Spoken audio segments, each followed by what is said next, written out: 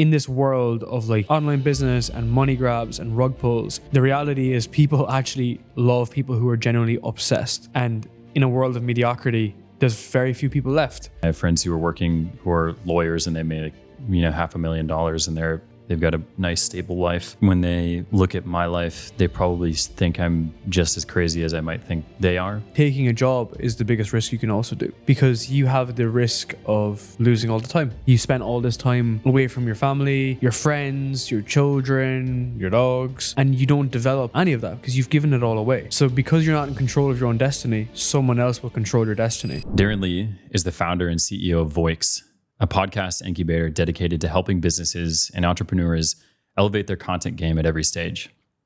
Darren is also the host of Kickoff Sessions, a podcast where he sits down with some of the sharpest minds in the world to explore ways to live a richer and more fulfilling life. Originally from Ireland, Darren now calls Bali, Indonesia home. He lives with his wife and dogs in a stunning villa, which is where we're recording this episode. Since starting off Kickoff Sessions in 2020, Darren hasn't missed a single week of posting new episodes, and he's currently on episode 255. A testament, to his consistency and dedication. Today, we'll dive into Darren's story, his methods for success, and much more. It's an absolute pleasure to have him on the show. Without further ado, please welcome Mr. Darren Lee. Let's fucking go.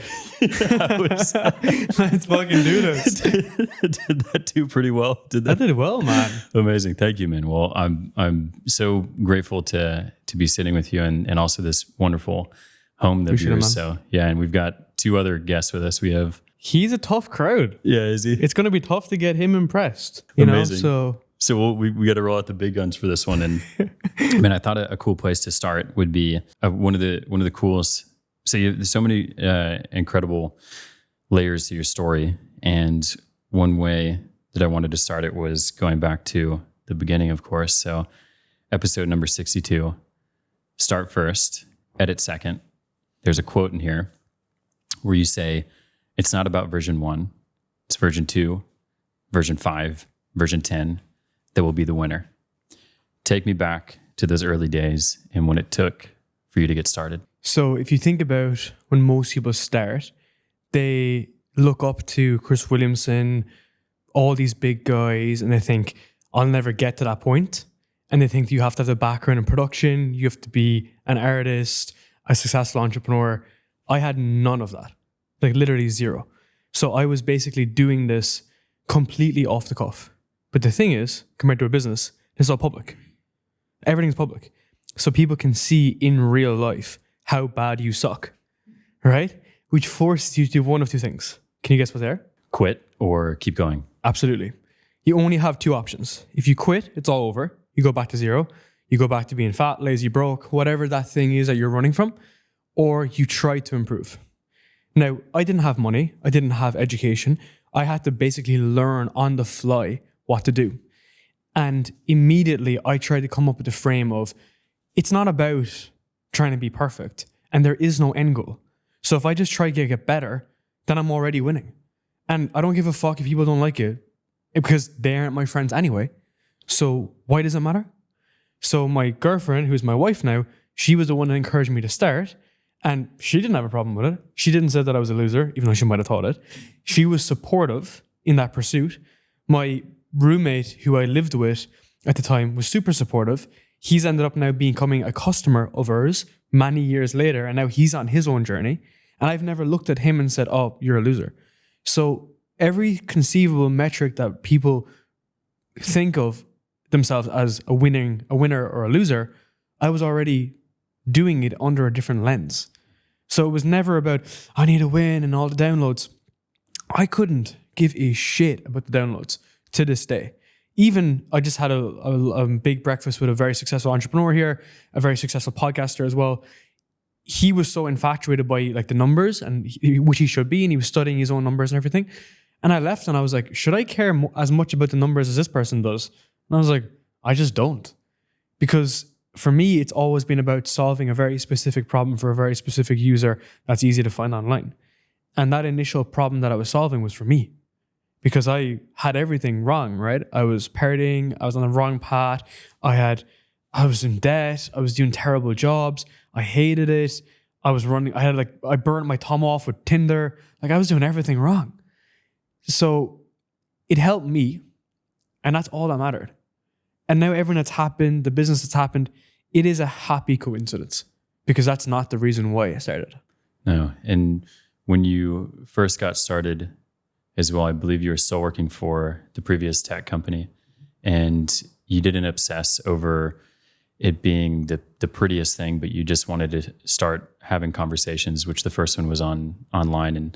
And what I guess really got you to the first stage of recording with a mic, because I imagine you probably thought about it for maybe a couple of weeks or a couple of days beforehand, but what was the final straw that said, you know what, I may as well just record and speak to someone? So it was about, again, people procrastinate in silence.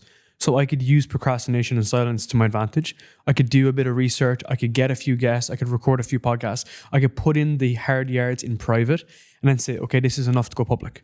Does that make sense? So instead of like, I need to be perfect and I need to be famous, I need to do everything in the background. It was like, no, that's the wrong way to frame it.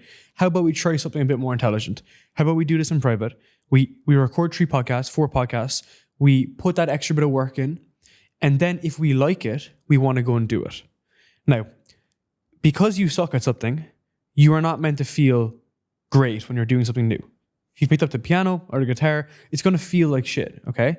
But if you like how music is produced and if you like how guitars are played and how nerdy they are, then that's something for you to go and develop a bit more. Go scratch that itch. And for me, the biggest frustration internally was that I could speak, well, as you can tell, but I was shit at it. So I could speak if we're chilling at the coffee table here, talking about what we were talking about earlier, but when the cameras were on, I couldn't do it. And it wasn't that I couldn't do it, so I was frustrated that I couldn't do it. So that's enough of a thing for me to go, okay, I need to work on this because I can be as good as I want to be and I can try my hardest at this, but I need to give myself that time.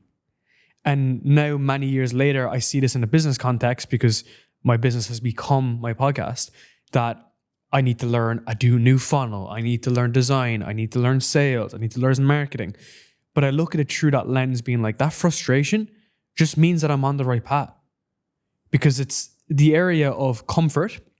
So everyone has that comfort zone middle, and then they have the area of growth outside it, and then they have the area of stress. So it's too much, okay? So we both come from startup world. Startup world is notorious for throwing too much money, too much employees, too much resources on a founder. And as a result, they just go straight into the overwhelmed stage. They're burnt out, overwhelmed, they're out.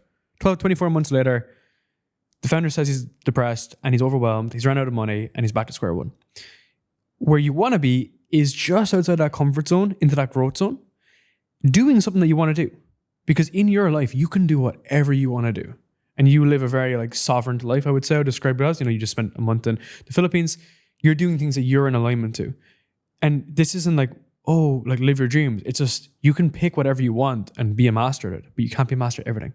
So what are those few things that you enjoy, you're good at, people want, and there's an intersection between the 3 of them?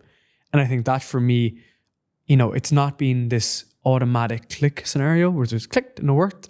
You figure it out, you fail forward, 62 episodes in, you realize that you need to make all those changes, right? You need to go back to center. And I think that's allowed me to just be like, okay, I'm just going to do this forever. And maybe my next video could be a 10 out of 10 on YouTube at the bottom, performing one, but it doesn't matter because I'll swing another rep next week. And that video will be a 1 out of 10 or 6 out of 10. And will I get attached to that outcome? No, because I'm going to do it again next week. So it doesn't matter. It literally doesn't matter. Yeah, it doesn't. It's all aiming forward. And you have so many great quotes that I've heard you say on camera and off camera. And in a conversation you had with George Armstrong, you said success is about doing really, really boring shit for a long period of time until you separate yourself into a category of one. Yeah, man. The problem is, and I see this quite a lot, that people will do something to get them from 0 to 1 and then immediately think that they need to do something else. Whereas you have to realize at the end of the day that our business was built off producing and editing podcasts. You can get anyone to edit a podcast for you. But why is it that we were able to get to multi-million dollars? What is the reason? It's because we're willing to stay in that component, become exceptional at the craft, hire the right people, build support, do all the different things, the boring things that no one wants to do, do all the boring shit. Like, let's give an example. We have been searching for a customer success manager. How boring is that? For a year. It took us 1 year to find one role. And that one role has unlocked an entire new aspect for our business. Now, how much people would look at that and think, oh, I'm going to do something else, I'm bored, I'm going to create something new, right? We spend 1 year looking for something, and that's created a whole new opportunity. And that person is Tom, that we both know really well, right? And he's been the unlock. Does that make sense? So at the end of the day, dude, we run a commodity business. We're not a unicorn. We're not something that's changing the world, but we're able to do it at a high level because we're just willing to do it. And, we're recording this around Christmas time, and I think it's very interesting to observe, because I think it's kind of interesting when you look at someone's actions versus what they say. And I think the term is lip speak. Basically, when people talk a big game of what they're going to do, and then the reality is completely different. And Christmas for me is always an interesting observation, because we just work. Whereas I send emails to prospects or people that want to, grow or do something great with their business and their podcast, and they get back and say, I'll see you on the 17th of January when our doors are back open. So your actions tell me a lot more than what you say you're going to do. And how often have you seen that play out? And that's the reality, though, of the category of one, which is the bar is pretty low. So if you are someone who gives a fuck, tries really hard, works on getting better, drops your ego in many regards, then you will become the category of one. Because if you think about it, when I was younger and I was partying, I had a massive chip on my shoulder. I believed I was untouchable. I started a bunch of businesses when I was younger. They all went to zero, like literally flat zero. And I ran raves when I was a kid. I ran an e-commerce store. I tried to build the first ever passport app, went to zero. I lost all my money in crypto. I was drop shipping socks, and they all went to zero. Who was the problem there? Me. I was the problem. So it was less about the action in that regard and more about the education. And that's when we slowed the hell down, started the podcast, learned the information, ate some humble pie, moved the fuck on at that point. Because that's the point where most people blame the vehicle. Okay? And whatever your business is, whatever your podcast is, whatever your niche is, whatever your content system is, it all works. But you have to work. That's the big caveat there. And that lost art is pretty much over. We run a lot of businesses, our podcasts for older gentlemen, so guys in their 50s and 60s. They're kind of retiring. They're sharing their wisdom with the world, and they're hugely successful. These are hugely successful podcasts, no doubt about it. And what is the difference? The difference is these guys who are not techno kind of up to date. They're not really up to date with technology, but they do have wisdom, and they do have a relentless desire due to where they were born and the demographic and era they were born into.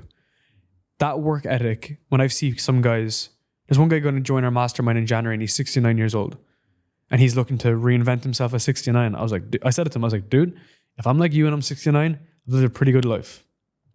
So I just think that element is a little bit lost in our generation. I'd like to get your thoughts on that as well. Yeah, no, I think it makes me think of a couple of things, but just one, just the reaction of hearing older folks getting into podcasting is quite nice, just because I'm not surprised they're doing well, because podcasting is such like our generation type of thing. Whereas like older folks, they're so well spoken. So kind of just listening to someone who can speak so smoothly and so well on a subject like that alone is like such an entertaining thing, and is such a great passive of wisdom. But I think there's probably a lot of folks who don't necessarily want to do what it is that we are doing. I was reading a quote from Elon Musk talking about like entrepreneurship, and it's like staring into the abyss while you eat glass or something like that, where it's like when you're the CEO of a company, you're staring into the abyss because there's the potential of it failing at any point. Like if you stopped working on these Christmas months from December till January 17th, and at this point, like Voix is so large that it wouldn't fail, but let's say in the early days, like there's a chance it could fail because you're the one who's the commander of the ship. And then the eating the glass thing is like you chewing glass and having to solve this terrible problem, not terrible, but a problem, which is the customer success manager. And it's like, holy shit, like that's not a fun problem to solve, but like, you know what that would unlock for your business. So you stare into the abyss and you eat the glass. Man, that's so much wisdom in that. I think it's because, you know, everyone can hop on these podcasts and talk like big names and big game and stuff. But the reality is, are you willing to sit in the dungeon for long enough, right? And my room next door is called the dungeon. There's no windows in there. It's just black. There's no lights in there too. Is that, I like that. It's symbolic. So is it meant like I'm going back into the dungeon? This is quite literally. And like, at least literally thinks I'm crazy. And it's so like, these little guys don't bother me and everything. Yeah. But the reality is, you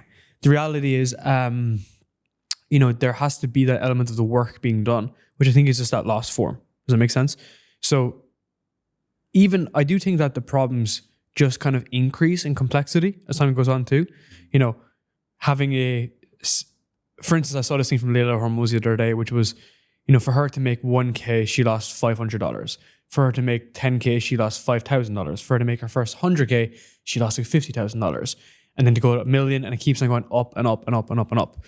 So the complexity scales, but I think the person you become is the most important part, right? So when I was younger, and especially in the beginning of OX, you know, when something would go wrong, I'd be very emotional. I'd react very emotional to it. I could even have a clash with like a team member or a client or whatever, because we're just human. But I think when you're kind of been operating at a high level and you're fully committed for a very long period of time, you can just handle the punches in the face a little bit easier. And the way I've kind of got to now at this point is that things kind of go wrong once in a while. And we fix it and we move on. But we move at such a pace that we're able to make a lot of progress really quickly and fix problems really quickly. So even with a few of our clients that we're speaking with at the moment, like we actively tell them if we make a mistake. And they say it to us too.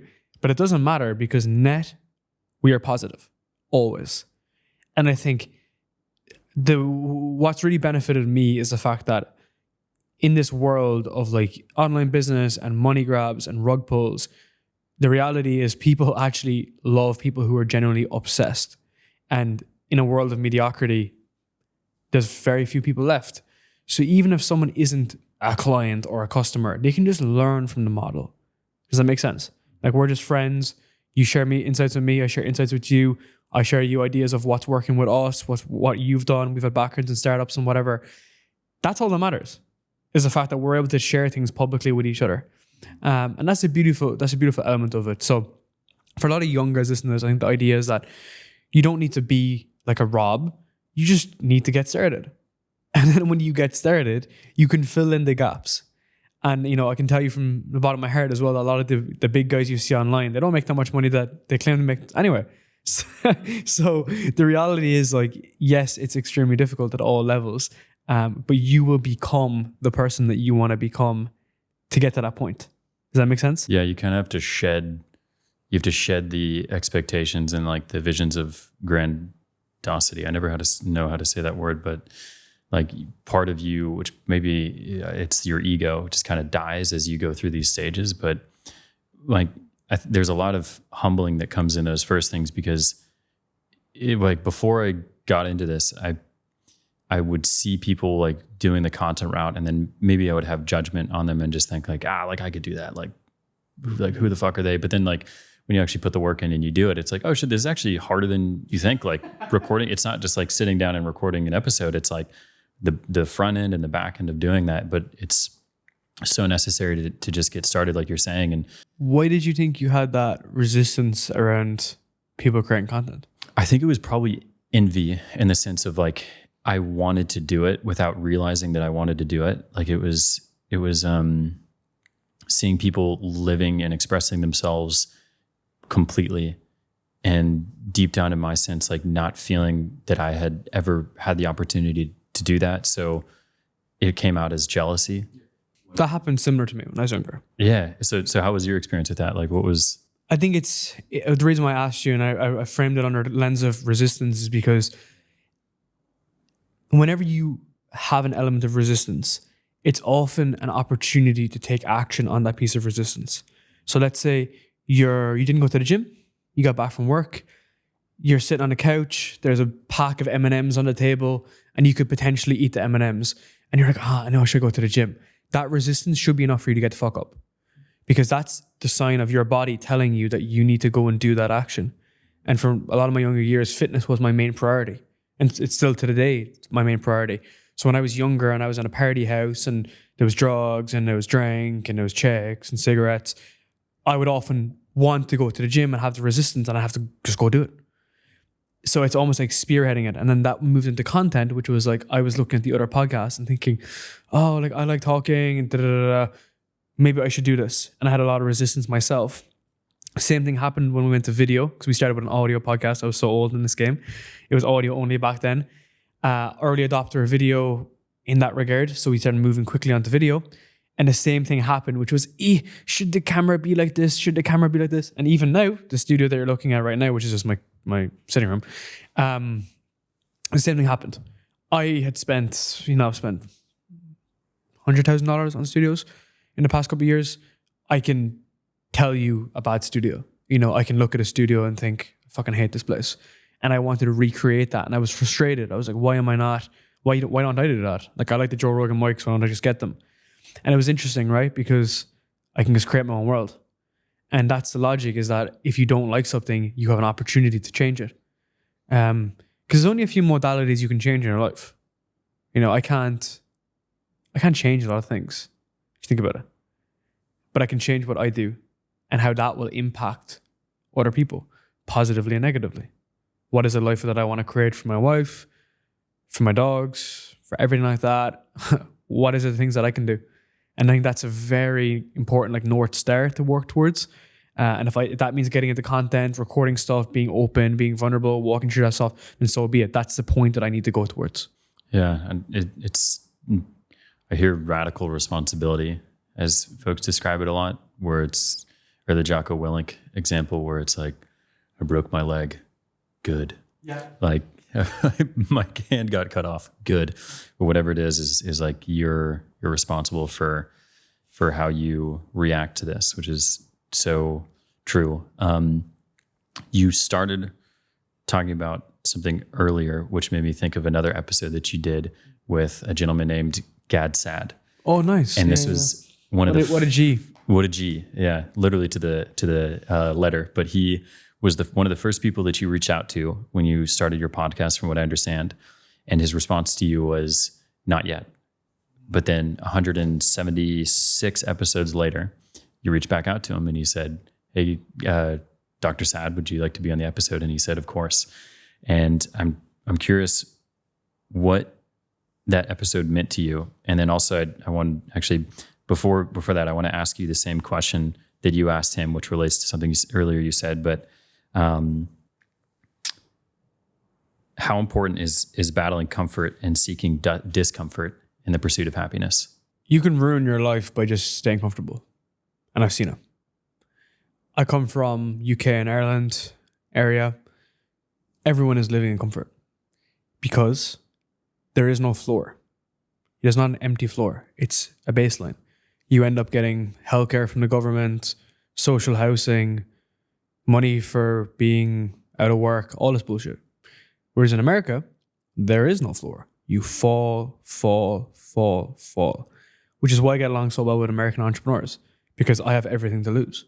And that's why I never found myself in that comfort zone of, I can just go and get money from the government and just do nothing. Like, for me, it's like, no, this has to work.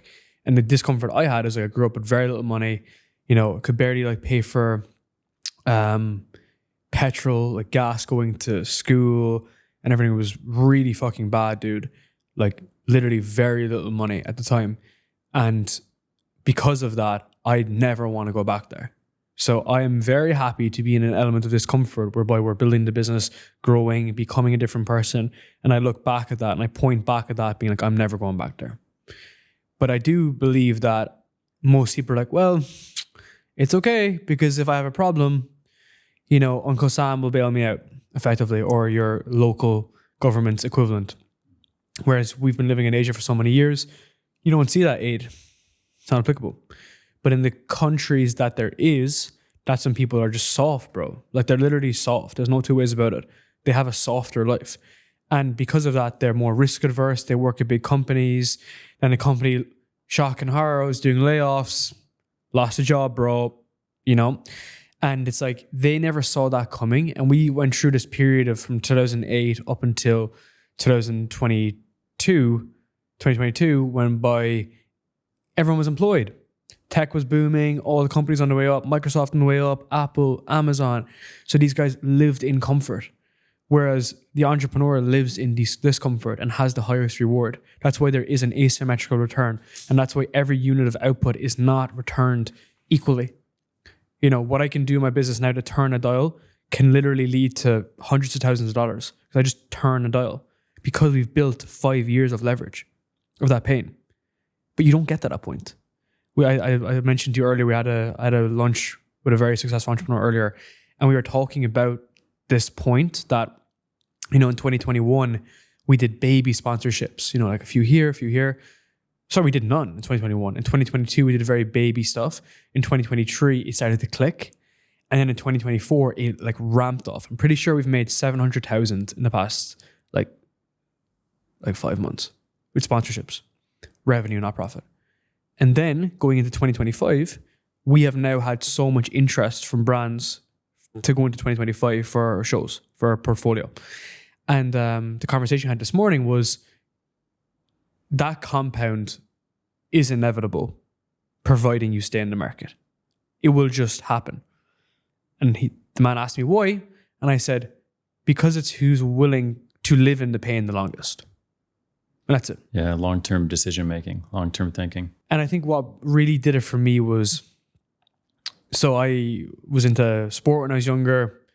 You know, I guess my high school friends can determine if I was that good or not, but my plan was to be like an athlete. So whether it was a 100-meter track, which I was running, and I was also playing rugby at a high level. Now, how many Irish guys you see in the Olympics? Not that many. So rugby was a better path. You know, judge it if you want, if I was going to ever make it or not.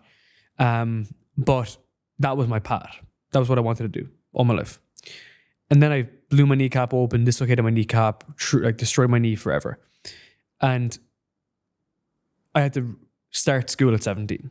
So I was getting D's, C's until then, and I had to like literally go ground zero. Here we fucking go. I got 2 years getting to university at 17. And the whole logic around this was I never wanted to sacrifice long-term goals for short-term happiness. So during that period of time, I literally sat in a library with no windows for 2 years straight, just focusing on education. And it was so bad, I started to turn green the second year. I swear on my life. My skin started to turn green because I had little exposure to sun. And the irony in the whole scenario was I didn't come out an A student. I got 480 points in my leaving cert, which is 485 out of 625. So it's like pretty shit, right? And I just scraped into university. I just scraped. So I'm saying that like all of that work doesn't even contribute to what you want half the time, because you're not judged by your output. You're judged on your outcome as an entrepreneur. And the input variables, input equals outcome, input equals output equals outcome. The inputs, most guys are not willing to do. So that input series of discomfort is just where I just tried to put as much time as possible in. So, for instance, you know, and I want to stay on this topic of like discomfort, is the fact that, you know, you'll often do things that generate zero outcome, like zero. You know, we could launch this podcast today, you put some clips out, they might do shit, they might do average, they might not contribute to anything else. But they're done. The input is done. And I guarantee you, I'll give you 10K if you do it long enough and some clips don't take off, because I know that they will.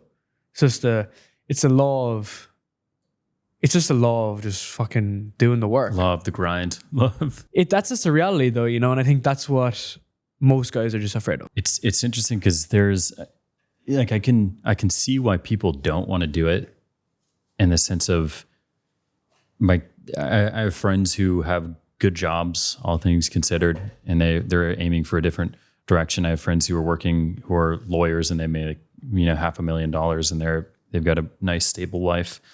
And I think when they look at my life, they probably think I'm just as crazy as I might think they are, which is totally understandable because they're like, why in the hell would you're a 30-year-old man. Why are you going to a prison in the Philippines? Like, to them, that's insane, which I understand. Like, they're trying to start a family. Could you steel man their, like, the life of staying in a white picket fence and like corporate job? Do you think that's doable? Not at all. So I talked to Louis about this, Louis Armstrong, our mutual friend, on his podcast. The trumpet player. The trumpet player? No, I'm just kidding. I was like, what? In essence, like, we're rebels, right? We do not conform to shit in general, which is why you build startups, you work to high growth startups. Of course it's risky, but also taking a job is the biggest risk you can also do, because you have the risk of losing all the time. You spend all this time away from your family, your friends, your children, your dogs, and you don't develop any of that because you've given it all away. So because you're not in control of your own destiny, someone else will control your destiny. And Dan Coe famously said that, which is just that if you don't have the direction, you will be assigned it. And I think the logic is, if you don't think about truly what you want, it's going to be a tough life. And one of my favorite sayings around this is, rough roads end smooth, smooth roads end rough. Because if you take the easy path, you will have an end of life which is very difficult. And I know that personally because I've seen it. I've seen people who have hid from the work, relied on the government, relied on someone else to come and save them, and then they've had a miserable end of life. And I've seen it. Whereas for someone like myself, when I kind of got through my party phase and kind of moved on, I committed to this, basically, which was obviously difficult and challenging, but it's had the highest upside reward. So I think I'd prefer to live a life whereby I can control the outcome, providing that I do the work. Does that make sense? Because the outcome for that style of life is very clear. I can tell you exactly what's going to happen. You're going to get the white picket fence, you're going to get the job, you're not going to get the promotion, they're going to tell you you're going to get managing director, you're not going to get it, they're going to wait 4 more years, you'll get it then, and then they'll hold some of the bonus, you won't get that for 4 more years. Next thing you know, you're 45, no hair, you're fat, you're bald, and everyone hates you.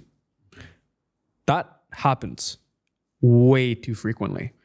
And then, at that point, there's golden handcuffs being added, and you're at the point whereby you can't go back. Sure, how could you become an entrepreneur? You're 45 years old. 1, you're outdated. You're outdated. It's too late. 2, you got so much bills and everything, One of my close friends, who I love dearly, he was telling me that his 2 kids went through university. They went to schools here. I think it was 400,000, or was it 800,000 in total? For university? Just for everything. They went to a university in America. They went to private schools and for this. He's a good entrepreneur and everything, but it was 800K in total, I'm pretty sure. It's pretty expensive. So you can't take those swings, No. I would say I still think you could probably reinvent yourself at like any stage. I'm a believer in that, but I do know what you mean. Is like, it's conditioning where if you're in this system or whatever for so long, and then using the system for lack of a better term, but it's like when you're in an organization that teaches you to sit down, shut up, punch numbers, and you're just like a cog in that specific organization, it's super hard to then think, how could I break the machine to then reinvent it? So yeah, so no, it's certainly, I'm more so as like, because one thing I always notice is like, I constantly, we like as entrepreneurs and rebels, we constantly talk about like, hey, like this is the best life, blah, blah, blah. And so maybe it's like, we almost talk about it so much that we're like convincing ourselves and other people in some sense, like, but at the same time, it's like, I believe in this as like the right path in general. But I also think of my friends that I have back home that are like they're happy from what I understand. And like, again, they think that I'm crazy, but I would also never switch lives with them, because I think it's so much better to ask yourself, yeah, what does the world want to see through me? What can I bring into this? So it's more so like going down this line of questioning where we're sitting here just like, oh, like, is this the right thing? I think is is like the line of questioning we should do to ensure, then check back, be like, no, we're on the right path. Like this Let's makes get sense. into that. Yeah, Because that's a good point, because I do believe that not everyone is an entrepreneur. Yeah. You know, I think that it's a characteristic trait. It's almost like an innate ability. Like you are that person, you're geared that way. You are a rebel. You want to build things. You want to succeed. You have that conqueror mentality. That's not for everyone. Dude, someone has to flip the burgers, literally, right? So there has to be, it's a push and pull mechanism of the world. And I'm actually like a really big believer in this recently, because just I've seen it happen over and over and over in my life, which is like the more you push towards something, there's a push and pull mechanism. So if we have all these rebel entrepreneurs who are there to try to carve new paths and knock down walls and everything, there needs to be a counterbalance to that, which is the person who's calmer, collected, can crunch the numbers and whatnot. It's like in a relationship. My wife is completely different to me. She's a polar opposite, and that's the reason why we're married. Polarity, completely masculine, feminine, whatever. It's the same in the context of an entrepreneur. Same with markets. The more a market booms, the more it rips back.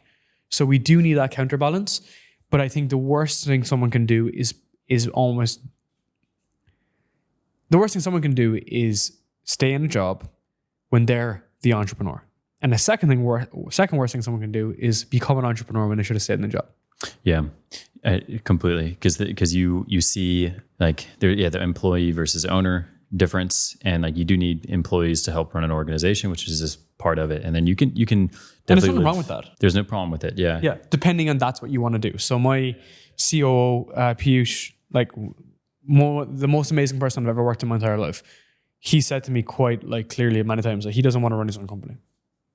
You know, and he's in the leadership team. He's a super smart guy. He's paid very well, and he enjoys it. And that's all that matters. But and that's okay. But it's like understanding your own archetype. You know, it's kind of like people who get into sport for the wrong reason or start something for the wrong reason. It's like, if this is you, dude, go for it. Do whatever you want. But don't put a square peg to a circle hole. Right? And that's the problem sometimes, is that people are trying to be someone that they're not. Which goes back to one of the main things, which is literally know thyself. Know what you are and what you aren't. You know, and we can kind of get into some of the rationale between like my thinking with this, but it's when I was younger, whenever I was put into a box, like, oh, you do this work and you crunch this number, that's when I always had a resistance to do something else. So I would basically build something, try something, do something on the side. Okay. To give a bit of context, when I moved to London, I was in an investment bank and I was working as an intern in an investment bank. Day one, I walked down this office and I saw everyone fat, bald, miserable. They used to stay in the office to hide from their family. So they wouldn't go home, so they'd stay in the office 6, 7, 8, 9, 10 p.m. So what happened there was I saw that, and even without even knowing, my internal resistance was I need out. And that's when I started my first clothing brand. So at that point, I went back home, opened up a Shopify store, bought clothes from Italy, bought cool clothes, started selling them online, started modeling them in my own house, and then selling them. Why did I do that? Because I had this fear of that was going to become my life. And I reluctantly went back to university to finish my degree. I was actually not going to go back. And when I went back, I had one condition. I'll finish my degree if I can work at a startup. So I joined a startup at an early number in the company. I think it was like first 5 employees during university. So I'm in university, which is stable as fuck, but then I'm spending 90% of my time in a startup. Okay? Finish that, go work for a consulting firm in Dublin. I'm in this consulting firm. I literally felt like the induction day was like, you know, in Shawshank Redemption, when he walks in the door and they spray them all with the salt. That was my induction day. That's literally how it felt. It was like joining a jail. It was that bad. So immediately I was like, I need a way out of this. And I had spent years traveling. Okay. I spent years traveling to that point, just like, you know, in the summers and whatnot. And I always lost my passport when I was a kid and all this kind of shit when I was partying and just doing dumb shit. And then I thought, okay, I could build a passport app that would be mobile. And I went down that process. So I'm working at this 9 to 5. I would say 4 days into working in this 9 to 5, I just started building this app, prototyping, seeing investors, doing pitch decks. I was in Dublin airport, bro, at the weekends. And I would watch people come through departure lounge and I would try to sell them my app. And they loved it. People loved it. So it's funny. Yeah, the hustle, man. It's so admirable. And it's just like seeing, I can just imagine, because I know what you looked like when you were a younger kid. You didn't have this fucking awesome hair. You had the short buzz. So I can just imagine you starry eyed just going up and, hey, you guys want to do this? It's so cool. But it's really beautiful. Like it's cool. And so like what you were relating, just it resonated a lot. Like as soon as you got into that office, like you felt like something weird. Have you always felt that way? Like whenever there's like a huge movement towards a direction, did like an intuition kick up that like then questioned something? Did you ever feel that? Or is that like as soon as you started entering into the professional world is where this maybe like intuition came out? Kind of. I always had a trouble with someone telling me that this is the way. You know, someone's like, this is the way you do it. It's like, no. Have you seen, is that person super successful? So I would often go into these organizations, let's say as an employee, and they would say, this is the way you find how to build a product or how to fix a problem with someone's company or whatever that is, because I was a consultant. And there was this very like outdated information that you kind of have to question yourself. And like, that gives you a lot of, it makes you kind of unhappy because someone tells you to do something, and instead of being a monkey that just does it, you question it, and then you get frustrated, and it's like resentment. Does that make sense? Yeah. People don't want, like, if they tell you to do something, then they want you to listen. In most like standard organizations, they do. But yeah, if you push back and you want to understand why, I mean, maybe even that person who was telling you had to do that probably didn't even know the reason why it was needed to be done in the first place. So it's just social conditioning. Social conditioning, yeah. There's actually there's that experiment with monkeys. Funny, we were talking about apes before this, but where it's like they put a monkey into a room, and then there's like a banana up a ladder, and then every time the monkey goes up to get the banana, it gets sprayed with water, and then they throw another monkey in, and then actually they don't spray. They put two monkeys in at first. And then as soon as one monkey goes in there, they like spray the other monkey with water or something like that, or they shock it or whatever. So then it pulls that monkey. You know, I'm fucking this story up, so maybe we cut this thing. But basically there's some story that's like, it talks about when a monkey, like they throw monkeys in a room and like it's trying to get bananas, and then the other monkeys like start hurting that monkey for it pursuing that ladder.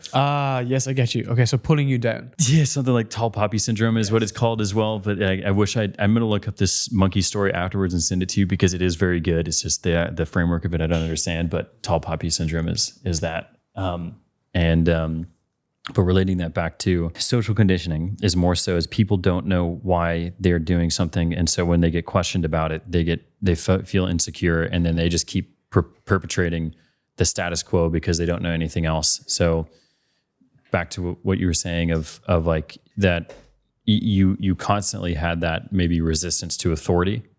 Yeah, so it came from, I would say it probably came from sport, because like who the fuck are they to say that this is the way it's done, right? You know, you kind of always hear that kind of dilemma with sport coaches. It's like they were never athletes, yet they're telling you, you know, the best way to get fit.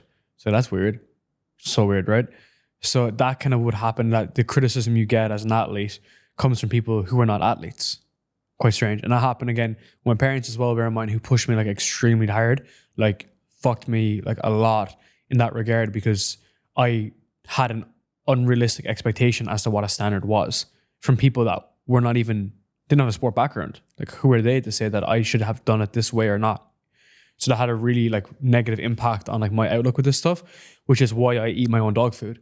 Like there's no role in my company that I have not done. I have edited a video, done design, wrote copy, ran ads, done sales, done marketing, done client success, done everything. So I would never ask someone to do something that I've never done. And I would ask them for feedback and like, how would we make it better? Whereas in that world of 9-to-5s, teaching, all this kind of shit, you are often told from someone who doesn't have any receipts how to do something. Typical example is in business class, the teacher does not have a business. So they're teaching you how to run a business, but they've never had a business. Who the fuck are you? Like, who are you to tell me that that's the way it is? And I don't mean that in a harsh way. I just mean that in like a question everything way. Just question it. And if you're happy with it, cool. If that's the way you want to take it. If you don't have any more information, go with it. But before you spend $100K for a year in some second-rate university, maybe question who are the pedigree of these people that are asking these questions. What are they saying? What's the feedback? And that's what's so funny, because like in the online world that we're in now, right now, everyone's like, oh, like show me your receipts, show me your receipts. What have you done to teach someone podcasting or to teach someone X, Y, and Z? But no one questions their boss, and no one questioned the company that they worked at all their life. Isn't that interesting? Yeah. So like, pay $100K for university. That's completely fine. Pay $1K for a program, scam. It's so interesting. It's a reflection of the individual though, right? Yeah. Whereas, I've bought into mentorships that are 8, 12, 15K. I don't expect this person to solve my problem forever. I don't expect them to give me a silver bullet, let's say.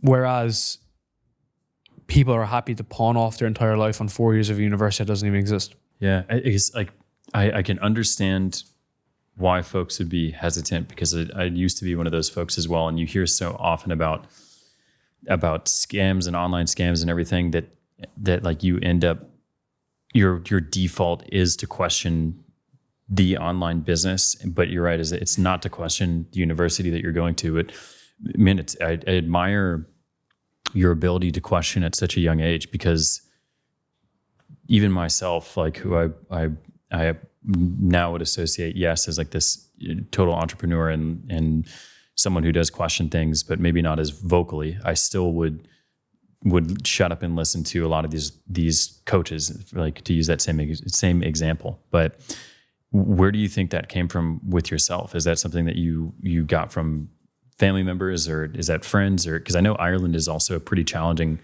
place to grow up in, where you can actually challenge the status quo. Yeah, 100%. So what's the question specifically? How did you get this chip on your shoulder towards authority? Where did that come from? I think a lot of it, again, came from sport, in terms of like people telling you to do something that they don't really have the idea about. Again, I told you I played sport at a high level. Often the coaches, they're just someone with authority, right? So I always speak about authority in terms of what we do as a business, and helping people build their authority, but authority can be utilized in the wrong way as well at the same time. So that's when I've seen that play out. And then of course with my parents as well, it was a really big thing. Like they just kind of unnecessarily added way too much pressure and context. And then as a result, then it led to just a very negative reaction on my side. So then you set out to solve that problem for yourself. And I think it was using brute force to get to, like 6 figures a year, almost 7 figures a year, and then getting the right people past there to help you, and then looking for people that are really guides and mentors, and having that clear lens of how something should be done. So I just think that a lot of people should build stuff for themselves, or stuff that they should have been given along the way. Does that make sense? Like be that guide and advisor that you never had. And that's been one of the most important aspects of what I'm doing now, because a lot of times I would look at that stuff and think, something's not right there. And a lot more people have woken up to this now. They've realized that a lot of these things are to do with, let's say, like the government and all this kind of shit is like, yeah, they are ill intentions a lot of times. A lot of people are waking up to it. But I remember Richard Cooper, if you know Richard Cooper, big like manosphere kind of dude. He's kind of gone through it now, but a really big name on Twitter. He made something very interesting, which is like when you kind of disconnect from this, right? When you have that disconnecting of like, yeah, like that stuff is kind of stupid, like the Western world or whatever. When you have that disconnecting, most guys will go back to it. Isn't that interesting? So they realize that you need to have a life of like sovereignty, like you do, with personal responsibility, taking on stuff, questioning status quo, but then they end up going back to it. Why? Because the mean curve is the mean curve, and the mean curve can never be beaten. So you edge your way up to that top percentile, and then what does it do? It rips you right back. But I think when you've gone through this process enough, you realize that, oh, okay, like this life that was told that you should do, the white picket fence and everything, doesn't actually work out. It doesn't actually work out. It doesn't work out financially. It doesn't work out from like a happiness perspective. It's not the best way to protect yourself. So again, coming back to like where I grew up in and the environment that I had, and very negative environment, very difficult environment. It's like, well, I'm not going back to that. So this path is solving that problem. you know? And I that's a big thing that I want to do, which is why like I invite you into my home. You know, I want to create that atmosphere, like that really nice culture. We're just chilling with the dogs, drinking coffee. Because I never actually had that growing up. And that's just been a very, like I definitely have like scars from that stuff, like really bad scars from that stuff. It makes you a great entrepreneur, I guess, but it doesn't give you a lot of context for how to operate in that world. Yeah, no, it is really interesting to always hear the challenges that other entrepreneurs have always gone through with like difficult things with childhood, difficult things with relationships, with whatever. But it's kind of a common trait, and then the goodness that you choose to make out of it is really cool. You can go one or two ways though. Yeah. You could repeat it, or you could change it. Or what are the two ways that you see? Trying to be more light in it. Like I had like a lot of kind of unresolved like trauma, I guess, for many regards from when I was a kid. Like really, really bad stuff. Like really bad stuff. And my brain protected me from it.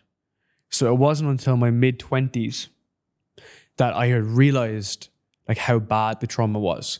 And your brain often protects you from that modality. And I went through like a ton of like really bad PTSD, went back to therapy again, was really fucked up from it. You know, like I talk a lot about therapy. It's helped me a lot. But when I came back to it with like a huge problem like this, it just didn't click. Like there was just something wrong with it that I just had gone through like a shit ton of trauma, a shit ton of abuse that I just couldn't solve it. And it was really frustrating. So that PTSD, like it comes up in many different ways. So it came up with like really bad visuals, really bad like nightmares, really bad like thoughts, just like huge like drops in mood. Yeah, like it's really bad things, no two ways about it. And that keeps replaying and replaying and replaying. And I think that trauma or PTSD just keeps coming up for me a lot. And I had to reframe why it is what I'm doing now. Because there was this period whereby what I was doing externally was not fixing internally. But what I was doing externally was kind of the wrong metric. So I was kind of, you know, building a business for kind of no particular reason. Whereas now I'm doing it to like help people, and I connect with my customers, my clients, people I help with my podcast. It's much more of like a pursuit that we're all kind of in it together. It's much more of a community. Let's put it that way. You know, it's much more of a stronger community. We do meetups in Bali. We do dinners in Bali, and that adds so much to my like life in terms of fulfillment. Because then again, we go back to like I had a pretty like lonely childhood, right? Like super, super lonely. So I kind of always miss that connection. And like, you know, of course I have my wife and she's super supportive. And especially when I went through all this PTSD and stuff, and I was so fucked up, man, for so long, that was an opportunity to go the wrong way. So the reason I'm saying that is because when I was younger, part of this covering like the PTSD and trauma and abuse was alcohol and drugs, 100%. And I had done that for so many years that I had like soothed the pain of what was happening. And it wasn't until I gave up alcohol that I was like, oh, this is good for my health. Let's stop drinking. Oh, this is good for my fitness. This is good for my business. This is good for my relationships. And oh, that shit happened to you when you were younger. And I started to remember. And it's so weird because I would have heard this when I was younger and I think, like that doesn't happen. But I literally remembered from pulling my head out of the sand. So I'd gone down this path of almost like addiction, whereby I was drinking a lot or just partying a lot, right? It's like not that it was like an addiction, it was just that I was doing it a lot. And then I was like smoking cigarettes and all this kind of shit. Devices. And it wasn't until I pulled myself out of it for many years that then I started to remember like what actually was going on. And you know, I'm not a therapist, but I could say there's a very strong link between the abuse and everything and my link to alcohol. I can just, you know, I can really say with confidence, there's a very strong link there. So when all the bad stuff kind of happened and when I started coming back up and all this kind of stuff, I had just moments whereby I wanted to drink again. And it was really fucked up. And I remember my wife got really sick. So it was just loads of shit, dude. Like I had that stuff going on myself, and then Elise got sick and she's in the hospital. And it's like $3,000 a day or something ridiculous. And I'm driving home and it's like Friday night and I've spent 19 hours in the hospital every single day working while Elise is like tubed up and she's like fucking half dead. And then I'm driving home and I remember thinking, all I want is to drink. And it was so weird. It was the first time in 3 years, that I thought, oh fuck, like I want to drink and not for a good reason. It's not celebration here. It's like commiseration or desperation. Which made me realize that the reason why I was drinking was for bad reasons. I had hit it in a mirage that it was for my friends and partying and dating and everything. But there was a real negative reason why I was doing it. And, you know, for the first hour of our conversation, we've been chatting about like that framing as to like understanding why you're doing what you're doing. And are you really making decisions because you want to do them or someone else is doing them for you? And the reason why I frame it like that is because I have my head out of the sand. I have seen the real dark side of like my life and the dark stuff that's happened as a result of my life, whether I deserved it or not, it happened. And now I need to come to terms with it, which is what you can do when you're not intoxicated on Tinder, on social media, doing dumb stuff. So that's why, like, you know, you can hear a pin drop in this room because my house is just quiet, right? I just sit my time in here. I work on the stuff that I want to work on because everyone else is distracted. It's pretty bad. Yeah, when it's described that way, it makes a lot of sense in terms of the two paths that you can take it. And as I was thinking of this, it was because I care a lot about mental health as well, having gone through a pretty challenging childhood. And it's interesting that you had said that you had gone through, that you were lonely a lot as a kid, because I was going to ask you that, because it was more so as I was hearing that, I was thinking of my own experience. And I was like, okay, well, maybe Darren had something similar. And kind of what I hope from these combos is folks who may be listening, they can step back and kind of recognize, okay, what are these things, these vices that are coming up? And is it me choosing to do this, or is it my mind that is pursuing these things as a meant to distract or cover up, which is, it sounds like, is the main one for you was alcohol. Were there any other things that your mind, where you pursued in that stage that you didn't recognize at that moment, but now you see as, okay, this was a clear distraction from pain? It's just all the voices, you know. Like for me, it wasn't, you know, I never was like drinking at home on my own. It was just like looking for the party. So the way I described it was, you know, you party Thursday, Friday, Saturday, you recover Sunday, Monday, Tuesday, and then you get ready on Wednesday for Thursday, Friday, Saturday.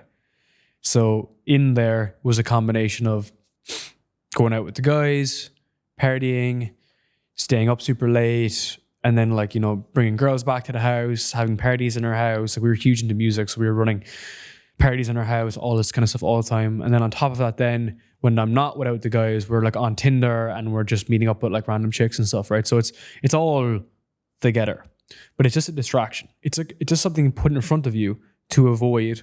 Like, if that's a light, we're staring at a light right now. That's a light. It's just a mirror. It's a screen in front of you. So it's there to soothe you. And the best example of that is when you're walking in the street, you see everyone on their phone. They're walking in the street because they're kind of a little bit anxious as to, like, you know, people around them, and they don't want to make eye contact and talk to anyone in short doorways and whatnot. So they use their phone as a shield to mask the thing going on. So that's a small analogy for the representation of your entire life. And the more you can confront yourself with that problem, the better you can be. Now, I cannot say that I've mastered that, and I'm definitely still struggling like a lot with it because I haven't found the solution to it, you know? And I remember hearing about like depression before, which is like when you're in it, you can't possibly see a way out of it. And that's kind of how I feel, which is like, I have all this shit that's like really bad, and I can't do anything about it. Does that make sense? So I'm on podcast. I'm joking. But there's no clear path, right? Because like I've done the therapy, I've done all that. Maybe it's like fucking psychedelics, genuinely, because I've done a ton of psychedelics when I was younger as well. Maybe that actually is the answer, genuinely. Like a psychedelic ceremony or something like that. But I think logical order thinking is not going to solve that problem. Does that make sense? Like, you know, the logical order, like for instance, like I'll give an example. If you're fat, you eat less, go to the gym. Then you go to the gym more, eat even less, you start doing cardio. That's a logical order of events to get rid of the problem that you have. I just think that like these bigger events, what I've tried, the logical steps of like going to therapy or whatever, is not really working for me, which is like problematic for other things. Now, it's gotten a lot better, but there's still just obviously a lot to go, you know? Yeah, for this, like it's unexpressed emotion essentially, because like all these things that are difficult that have been gone through by any individual, like the path isn't to avoid or to go and reason and like sit it down. Like if it's this young child that went through something difficult, you can't go back there and just like, okay, let's pros and cons this event, and then we'll walk through it. It's going back there and then giving the moment so that kid can fully express itself and be released. Like, I don't know if you've ever read the book, The Body Keeps the Score, but really, really amazing book. But it basically says exactly what you just said, is talk therapy is so limited because going on logical steps in order to solve a solution doesn't work for the psyche. And what you can do as an alternative with this is you can journal, which has been massively helpful for myself. You can do hypnotherapy, or you can do psychedelics as well, which is, I'm glad you brought up like different solutions for this, because I think a lot of people probably listen to this or probably listen to Kickoff Sessions who are back in Ireland or back in the US, back in the UK, and they're like, fuck, this is all well and great. And, you know, a solution that I keep hearing or I keep preaching that I always have been is like, dude, get out of Texas, get out of the US, get out of Ireland and go to Bali. But like, what happens if you don't really have the means to do that? What if you're just like from a super broke family? Like, what are the tools that you could have to solve the challenge of any traumatic moment that you went from, or like you're an entrepreneur who's stuck at working at a convenience store, but you have no clear path of how to leave. What are the tools that we could give them, or you could give back to, what are the tools that you would suggest for someone in that circumstance? I think it has to start first with the skill, right? So to get yourself out of that rut, to build a better life, you're going to need to learn something, right? So whether even you're struggling like mentally, the best thing you can do is kind of do the work sometimes, right? Which is like get your body in check, learn something online. There's a shit ton of free information. Like, dude, if you listen to Kickoff Sessions, you could literally build any business in the world. I often put up like a series of episodes in a month. And I'm like, if you just listen to this, you could probably make like 100K a month. You know, if you just listen to these 4 episodes and you just did it. So the information is out there for sure.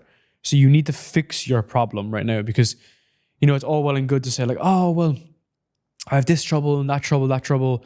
But the market often doesn't really care about the troubles that you're going through, right? You need to fucking solve the problem and you need to be able to offer something to the market, right? The market doesn't care if you have mental health issues, right? You still got to fucking do the work. So in the context of that, you do need to learn a skill. You need to be able to market that skill and get it in the hands of other people. You need to be able to offer that to other people. And you can do all of that for free. Like, dude, you can do all of that. And then, yes, of course, you may want to work on like the mental health aspect if that's something that you're struggling with. But I think that's in pursuit of it, right? And we kind of talk about the journey of my journey with this, which is like I gave up alcohol to build a business. And then as a result of that, I started to unlock the next element of my journey, which is more personal and more like trauma related or whatever. But it started with getting my shit in order, right? Get my fitness in order, get my health in order, learn a skill, market yourself, get in the right place, get in the right room, and learn and kind of drop that ego. And of course, as a result of that, you'll be open to new opportunities. like hypnotherapy, for instance, journaling, meditation, breath work. Those things will come in as you handle stress at a higher level. Because everything that I'm discussing right now is what we were discussing in the beginning, which is like you need to be the person that handles that stressor at a higher level. That's the reason why I said it, is because, you know, managing a multi-7-figure business is a lot different than managing a 10K a month business. So the person that I have had to become has involved health, wealth, and relationship change. Does that make sense? So the logical path there, get the steps, learn from the mentors, put a plan in place, learn the skill, build it, do it in public, and then work on your health in between, like whether it's meditation or whatnot, to make sure that you're on the right path. You're building the right problem. You're building the right solution for a problem that you want to solve. Yeah, it's just getting started. Holy shit. That's just what it really sounds like. And a wise man once said, start first, edit second.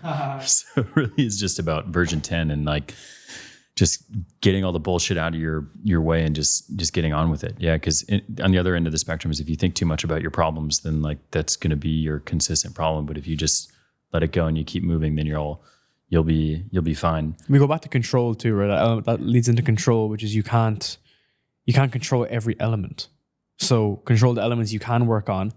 Designate time to the other areas you want to work on, but don't lose sight of like what's actually important here. Right? What actually is important? What are you optimizing for? And then rework that from there. Yeah, staying singular. So a question that I have personally, which we've talked off camera, and I don't know how interesting it'll be for the audience, but it's something that you've always done, which is so freaking cool, is you have such consistency with the dopest guests, always. And I think on a broader scope, it's like, okay, you were a master at networking. So maybe in that context, how is it that you consistently book incredible guests for the podcast? Be someone who someone wants to interact with. Because if you're in it for yourself, you are never going to be someone that someone wants to be around. Because a lot of life is how much you give, and then you will receive in direct proportion. So if I can create a platform that allows guests to share their insights, their wisdom, to help other people, then they will want to do it. I don't have to like push them. They'll want to do it. And if they don't want to do it, I'll come back in 6 months and I'll ask you again. And then we'll get to the next level of that hierarchy. But I think in this online world and in a lot of businesses, people are so used to being asked stuff. Like, hey, like, can you do this for me? Can you do this for me? Can you introduce me to this person? Whereas if you're just someone who just is open to allowing them come in and share their best insights, you will become someone that almost like attracts it. Because they're so used to being asked 24/7, like, hey, Luke Balmer, can you do this? Hey, Justin Water, can you do this? Hey, Justin Welch, can you do this for me? So how about just flip it? Give them something. Give them an amazing platform. Give them 50 clips. Write amazing copy for them. Showcase them. Grow their content for them on their behalf. It's a pretty good offer because everyone else is in it for them. It's a what's in it for me scenario. And one of my favorite Hormozy videos on this was someone said, hey, can I edit like short form for you to Alex Hormozy? And in return, and he's like, I'll do it for free. But in return, I just want a testimonial. And he was like, no, bro, that's not how this works. Like, you give all of that reciprocity for free. And it's not because you keep score, because you don't keep score, but you just give, and then you will receive. So I won't mention the guest, but this like very high profile person that I interviewed, it was his first podcast in 6 years. And we met in Asia and we sat down, and beforehand I was like, why are you doing this? Like, you haven't been interviewed. And he was like, one of my friends who was on your show said that you were a good guy and that I should do it. And it was his first interview in 6 years. And I was like, people talk conveniently.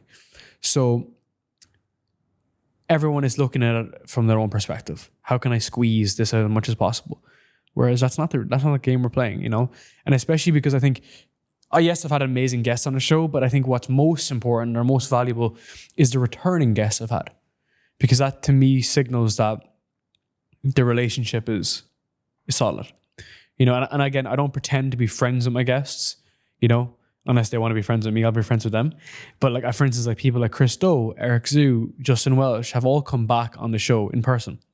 And it's been like an amazing for me because it shows that, you know, I think I'm living in alignment with the person that I want to be. And I'm also acting in accordance to that highest level of priority and vision that I want to emit, and I think that's been kind of valuable as a result, whereas everyone else wants the success, right? They want your outcome, doing it their way. I really like a word you used in it, which was showcasing them. And just like, it's really, because I remember the first advice that you gave me about this when I just said, hey man, I'm about to record my first episode. And it was also incredibly gracious that you were texting me back when we met for 15 minutes, like right before a run. And you're like, dude, take my number, man. So you're so generous with your advice and time. And I'm very grateful for that. And it was like, people don't always active listen. And the show is about that person. So really make sure that you make that for the guest, that like the guest like really has a wonderful experience out of it. So it's really cool. And just in the topic of all of the shows that you've done, so 255, you've probably done more, but 255 that are currently released. Is there one conversation that stands out where it was like a wow moment, like holy cow, speaking with this person, I've made it? No, because that would infer that the game is finite. And that would mean that the game finishes, but the game never finishes. There's just an element of like, yes, this is huge, like an element of gratitude, and it was awesome, and it's amazing to meet these people in person and to do these things or record remotely. I've had a lot of amazing conversations remotely, but that's not the game though, right? So I always have those moments, but through a different lens. I'll give an example. Pat Flynn is a guest that I have, is a person that I have looked up to, because he was the videos that taught me how to podcast. So before I launched a podcast, it was his videos on YouTube that I was watching for free. How to buy a microphone, how to set up Buzzsprout, how to release a video, how to check audio. And I was watching his videos. And 4 years later, I interviewed him, and I was sitting at this kitchen table. And I said to him, I was like, dude, I am in this position because of you. And the episode's going to be released next week. And he was like, no fucking way, because he had seen my stuff and he'd found out like of Vox and stuff through the grapevine. He had seen it, he had checked it out. And I was like, yeah, like I'm literally here because of you. And it was like, not like a fanboy moment, but it was kind of just like, that's the ripple effect. He put up a video 8 years ago on how to find a microphone on Amazon. And I watched that video and buy the fucking affiliate link. And now we're here. So I have lots of those moments, for instance, right? And it was so cool because I was on the podcast, such a cool moment. And he's like an audio podcaster, or that's where he started, right? The OGs in 2010, right? And he's like, yeah, we're exploring video. And I'm like, on the podcast, I'm like, dude, you have to be doing video. Like we do everyone video. Then he's asking me questions. He's like, how would you position the video? And I'm like, what the fuck? This guy who I looked up for half a decade is asking me how he should do video. Does that make sense? And that's so how the world, like that's literally how the world connects. And of course, this guy is so much more successful than I am. He just got a new YouTube channel to 1 million subscribers, and a second channel. But that's how the universe works, because you open yourself up to those possibilities. I had the idea to start a podcast. I watched his videos. I did the work. 4 years later, I asked him to come on. He graciously says yes. And then we're both giving each other advice for an hour and a half on a podcast. How does it feel to now be the example that you once looked up to? I just want to live up to it so that people actually go and do the work, right? So they're not just like watching it like entrepreneur porn, just watching the videos and just going on with their life. But the way that I looked up to like Rob Lipset as a kid, he was like a huge influence for me. Joe Delaney were a huge influence for me. Then I ended up interviewing all of them. Now I've worked with Rob for 2 years. Yeah, Jesus Christ, 2 years together. We've never, ever had an argument in 2 years working together. That's the way I want to be for people coming through. So I try to get back to as many messages as possible, but like I'll get back with a voice note and whatnot. And I'm seeing that happen. And I'm like, yes, I want to double down on that. So whether it's content related, first business related, I just want to be that helping resource that I never had. Because that was the whole idea with Kickoff Sessions, right? Was to have young people share these insights because it's relevant. It's relatable as a result. Because otherwise you could just listen to Jeff Bezos on an audiobook, right? How fucking relevant is that? Completely irrelevant. So I kind of really wanted to set that example. And hopefully right now it's working. And for subsequent years, that's the imprint it's going to have. Yeah, that's making me think of how cool the media world and podcasts are, is that you can listen to a conversation with 2 or 3 people or one person, whatever it is, on whatever tiny little subject it is, because people are niching down so incredibly. But now you are certainly an example of hard work, an example of consistency in all of these things, especially for myself, man. I mean, it's to be speaking with you this early on in the journey is pretty awesome. I'm so grateful. But you have a lot of opportunity too, right? And I've been saying to you this for a long time. You know, you just need to dial in a few different things, and you'll make huge progress, man. You know, and the path is there, right? Like the path has been created, like it's just been created. Like right now, we've documented everything, and you're going through that in your own way, right? Do you get me? Whereas before, it was like, how do we turn on a camera? You know, there wasn't a way to do this. Whereas now I thought a lot about this this morning, which was everything is mathematical at the end of the day. Like there is an equation behind everything. There's an equation behind relationships, behind fitness, fat loss, muscle gain, content, podcasts, businesses. There is an equation behind everything. So I guess most people were looking for the outcome, the answer. It kind of goes back to school, right? You look for the answer. Whereas I think I've spent majority of my life looking for the inputs. Because if I know what the inputs are, then the outcome is inevitable. I don't understand the element of time. No one can control time, which is the ultimate variable. But I do believe now we can fix the other variables.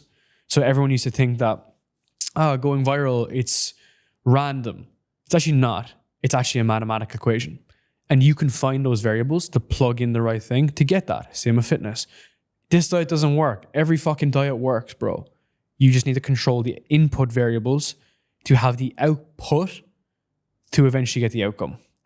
And I think I haven't figured it all out, but we're now in a scenario whereby the inputs are more visible than ever. One thing I'd say is you're very good at staying singular. It's something that I've always noticed in our short friendship, but you're very good at saying singular, which is what is required essentially is like you said, is every diet works. Going viral works. It's just a matter of like, you just have to stay focused. But it's so hard, especially I think for entrepreneurs, because part of the DNA of entrepreneurs is like, you get so excited about like anything. You're so optimistic. You believe things to a fault.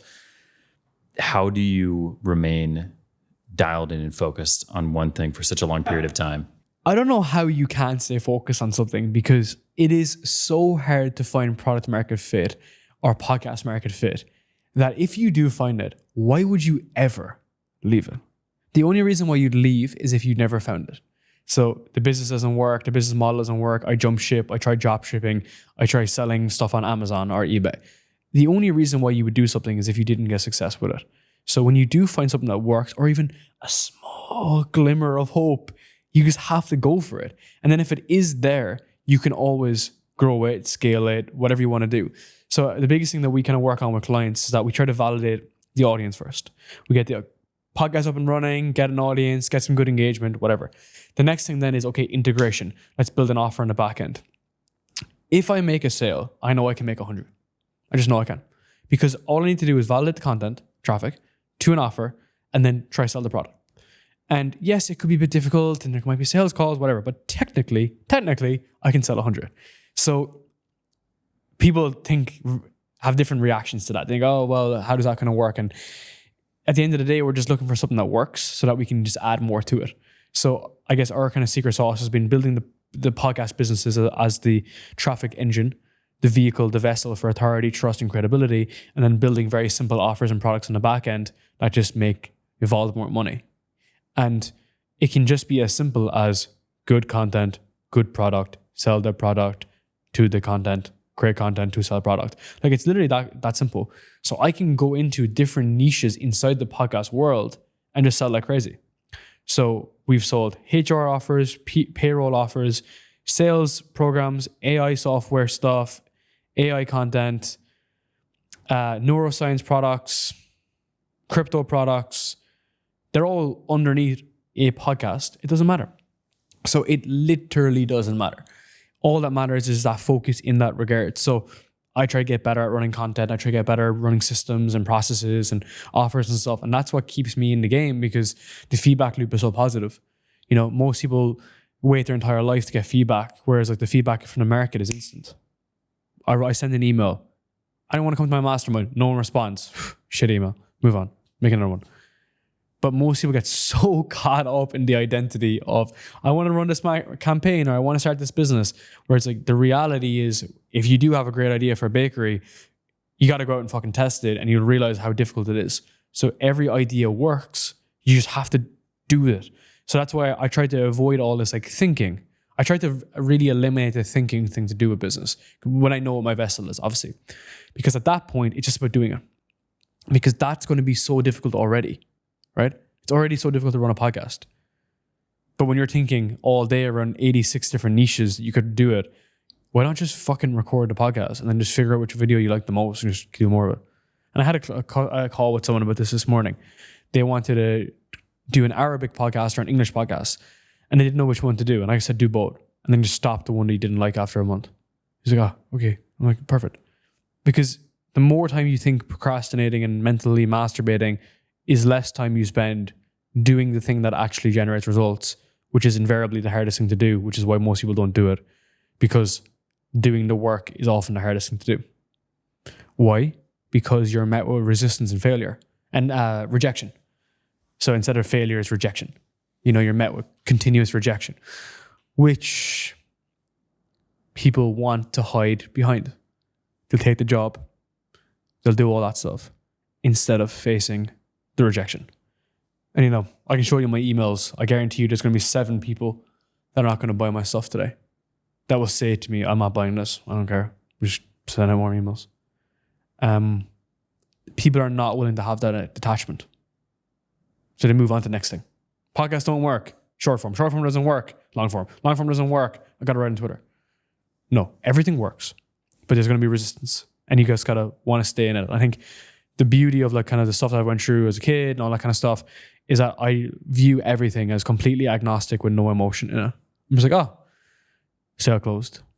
Sale didn't close. Sale closed. Sale didn't close. Let's just keep moving forward, you know?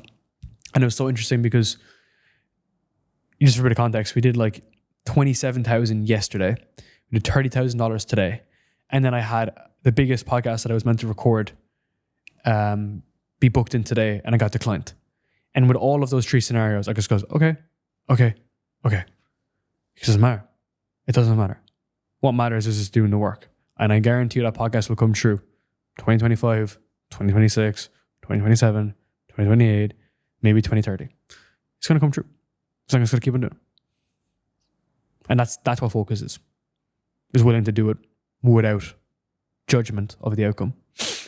I really like that. I love one of the beginning things that you said is that you will not be distracted if you have success in that thing that you are putting effort towards. So as soon as you have success in that niche or that thing that you want, that'll give you all the focus that you need, because it's so great to have that immediate feedback. But don't wait.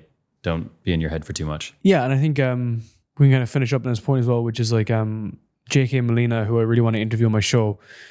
Young guy, super smart guy, sold a company for 1.4 million in his 20s. He was like 20 years old when it happened. I remember seeing years ago, he had this like tweet, which was, entrepreneurs usually live in a 10 out of 10 or a 1 out of 10. Life is miserable. Client didn't sign. 10 out of 10. Yay, we made money today. Whereas if you want to live in this 6 to 4 range, right? Which is like, you want to keep the emotion out of business, and you want to get up to the 6 and then down to the 4 and then up to the 6 and down to the 4. And then you let the rest of life have the beautiful element. You know, I got married last week. It was amazing. I have an awesome wife. I have great children. Fantastic. Amazing. But I don't need that in my business, because it's going to be emitted. The energy that I give out is also what I'm going to receive. Right? So like, for instance, like we don't do fires in our company. If you have a problem as a client, and if you have an emergency, you ring 911. You don't ring me. You ring 911 if you have an emergency. If there's an issue with your podcast, you give me a call, we fix it in 20 minutes. but I don't do emergencies. And I think I changed a lot of my mentality around that when I kind of gone through a lot of like the PTSD stuff and shit, because I realized that when I'd gone through stuff when I was a kid, if I'd gone through that, then all of this other stuff is just easy, man. It's life's on easy mode, right? So I'm not worried about my funnel breaks. No one buys my mastermind. Just fucking go again tomorrow, right? It's perspective, dude.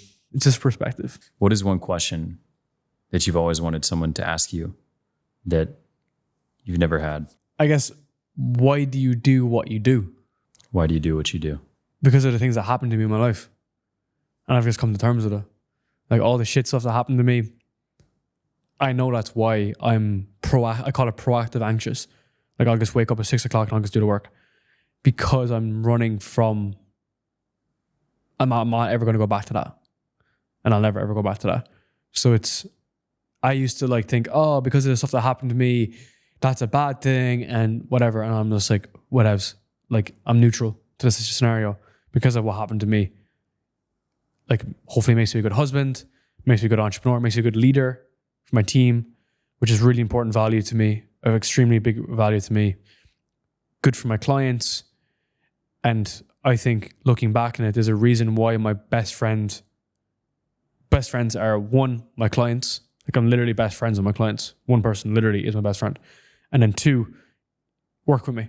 My other friends are people that work with me. And I think hopefully I've cultivated that culture of openness because I never had it. I never had it. So I don't want to be the person that I want to be the opposite of the people that I was around. Well, Mr. Darren Lee, thank you for doing what you do, man.